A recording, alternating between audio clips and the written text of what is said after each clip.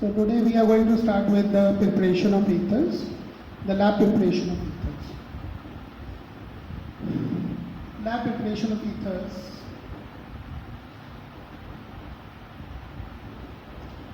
can be done from following two compounds. We are going to do first of all from alcohols. We can convert alcohols into ether. That is, we can convert ROH into ROR. But in this method, we should be using only primary alcohol. Secondary and tertiary alcohols are allowed. We'll discuss why. And second, we are going to discuss a name reaction called Williamson synthesis.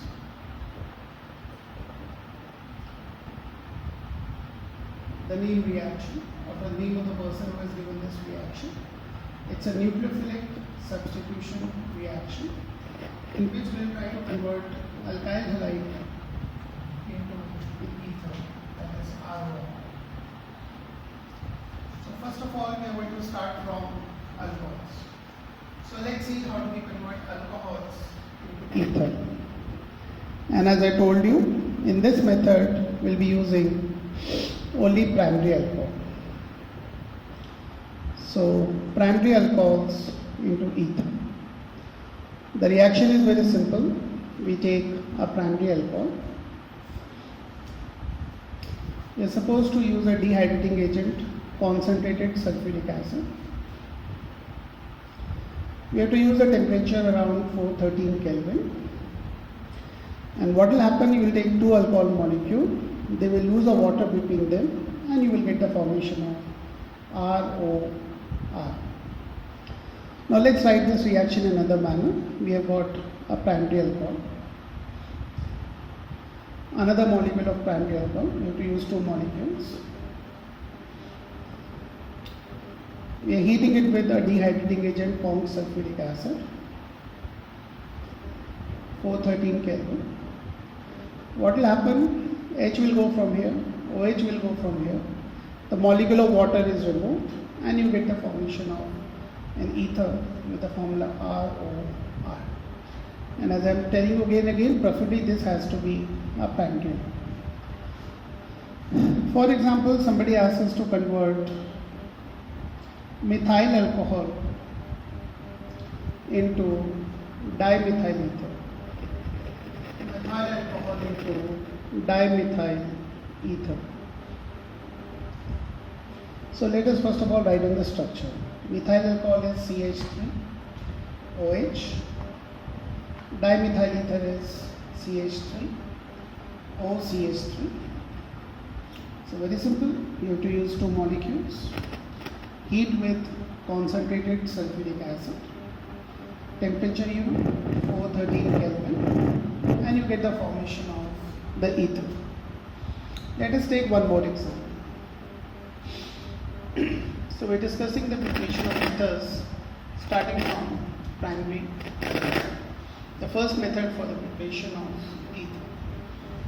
Now suppose somebody asks us to convert ethanol into diethyl ether.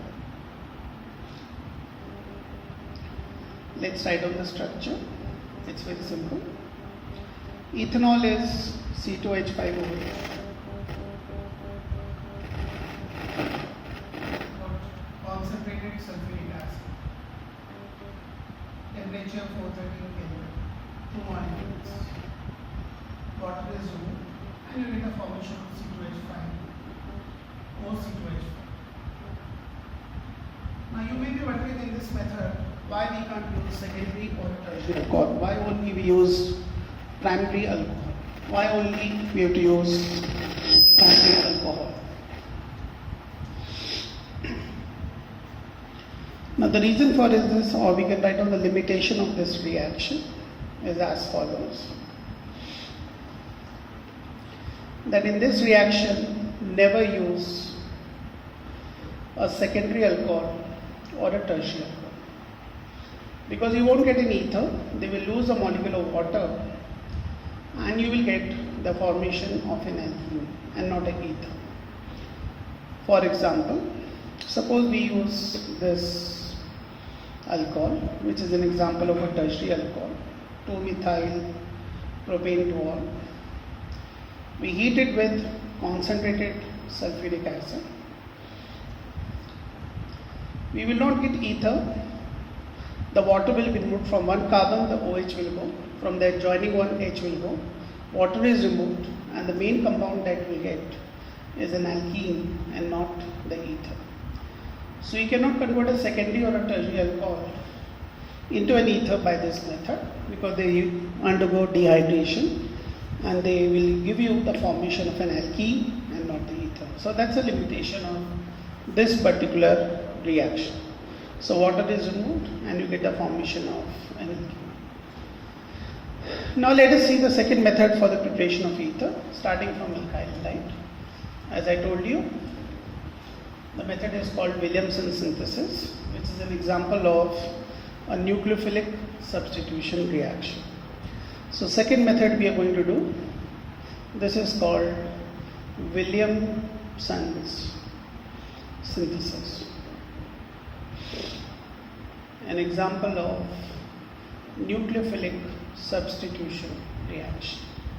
Example of nucleophilic substitution reaction. We can convert an alkyl halide, replace halogen with a group OR. We can get the formation of an ether. Halogen replaced by OR. In this reaction also preferably this R group should be preferably a primary halide. Or you can use a secondary halide also, but preferably you should use only primary, but never use a tertiary halide. Now let's see how the reaction goes. It's very simple. We take a molecule of an alkyl halide. We are supposed to react it with a compound called RONA, basically called sodium alkoxide. We already know how do we make RONA. I have told you in alcohol, ROH, you put sodium metal, you get the formation of H replaced by Na, hydrogen liberated, and you get RON. So when you mix both of them, what is going to happen? This R group has to be either primary or secondary. Should not be tertiary. I'll tell you why we cannot use tertiary. This R group has no restriction. It can be a primary, it can be a secondary, it can be tertiary. No restriction at all. So what is going to happen? Halogen will be replaced by RO minus. Nucleophile replacing X minus. So we get the formation of ROR. Byproduct obviously will be NaX. So simple nucleophilic substitution reaction in which halogen is replaced by group that is RO minus. Let's take an example. Suppose we have to convert chloroethane. We have to convert chloroethane into methoxyethane. Methoxyethane. You know, whenever we get the conversion, we should write on the structure involved. Chloroethane is C2H5Cl. We want methoxyethane. What you're looking for is C2H5 OCH3. So if you compare the structure, what you're looking for, you want to replace Cl with a group OCH3. So what we do, we react it with CH3OL. We react it with sodium methoxide, Cl will be replaced by OCH3. Let's take one more example. Suppose we need to do this conversion. 2-chloropropane. I want to convert into 2-methoxypropane. I want to make it 2-methoxypropane. Very simple. Let's write on the structure. This is what is 2-chloropropane.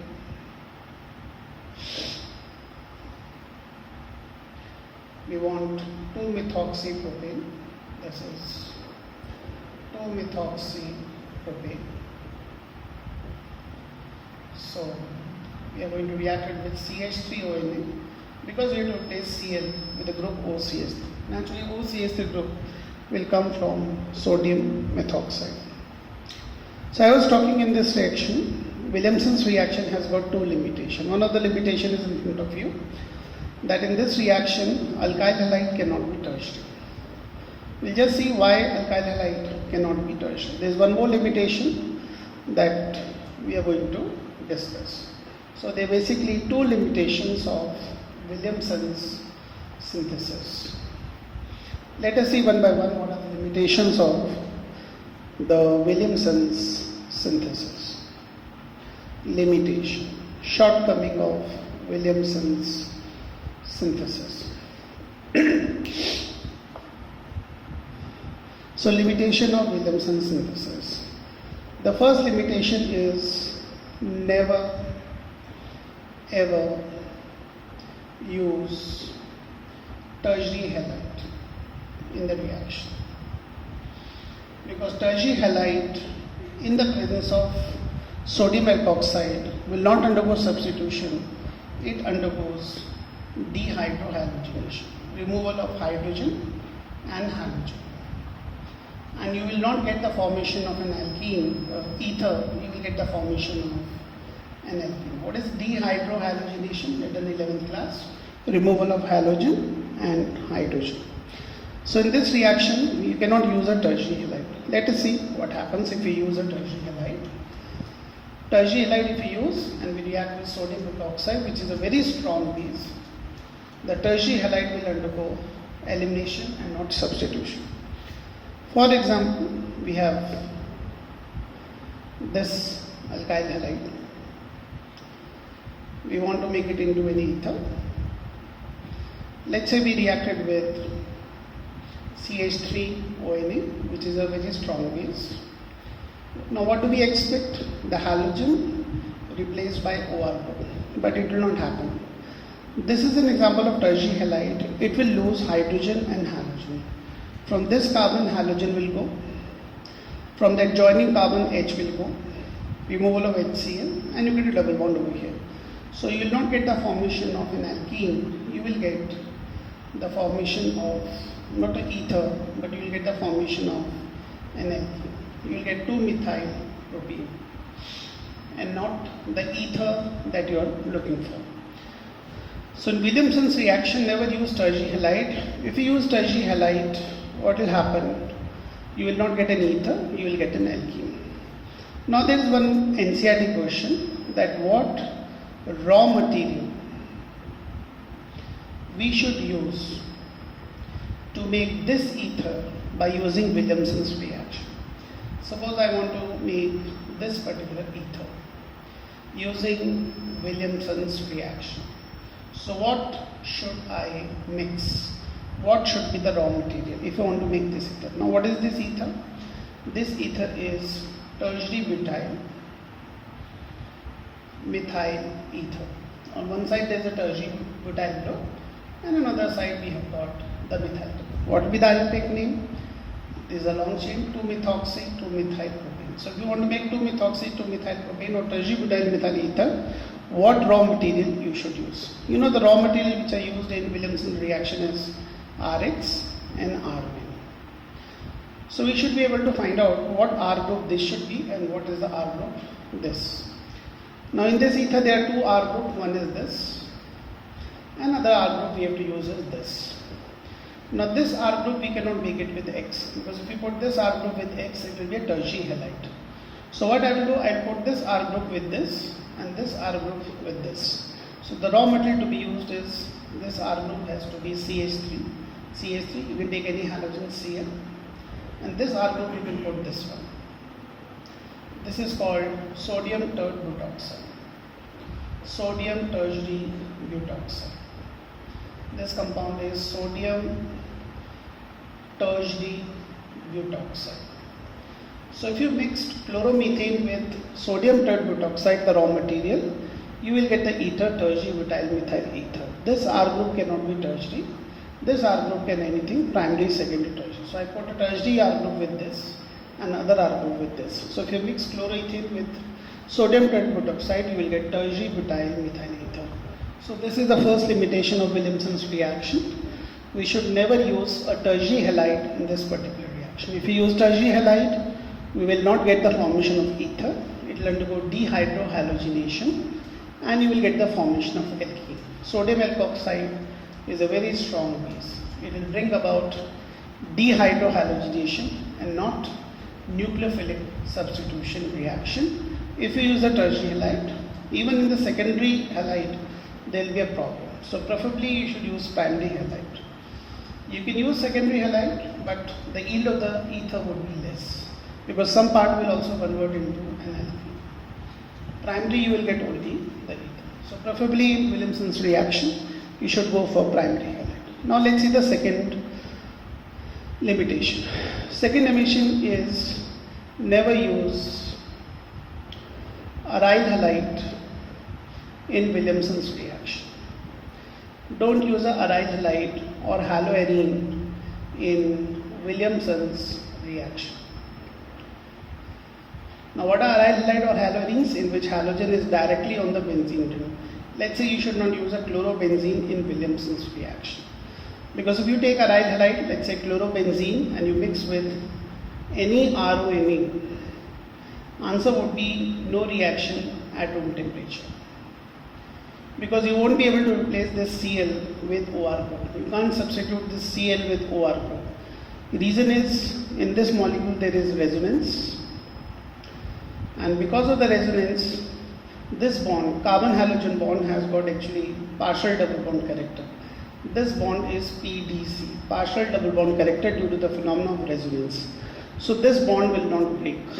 So if this bond will not break, it won't be replaced by RO minus. So in Williamson's reaction, never use aryl halide. So suppose by Williamson's reaction you need to make anisole. Remember what was anisole? Benzene with OCH3, methoxybenzene, is called anisole. Then how do I make Williamson's reaction? You can make anisole. Don't start with chlorobenzene, start with phenol. Start with phenol. Phenol is an acidic compound, we'll discuss later on. It's a very, it's an acidic compound. You put a base, NaOH, you'll get a salt. H will be replaced by Na, you get sodium phenoxide. That is, you make it RONA. RONA we are using over here is sodium phenoxide. Now which R group we have to put over here? CH3. So reacted with CH3Cl.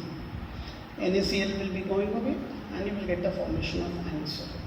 So in aryl halide, you should never use haloarenes. If you want to make aromatic ether, you can start from phenol. So this is how we can convert a phenol into anisole. We can't start with chlorobenzene. It will not undergo substitution reaction. This bond is too strong, will not break, and you will not get any ether. On the same line, you can try making phenatol with Williamson's reaction. Remember what was phenatol? Phenatol was benzene with OC2H5. This is called phenatol. For the practice sake, make phenatol by Williamson's reaction. Same method, only with CH3, you have to replace it by C2H5 and you will get phenatol. So in today's class we have done the preparation of ether, and we did the preparation of ether from two compounds. One was from alcohols, preferably primary alcohols, and second was from alkyl halide. The name of the reaction was Williamson's synthesis. In tomorrow's class we'll be talking about the chemical properties of ether. Thank you. Have a nice day.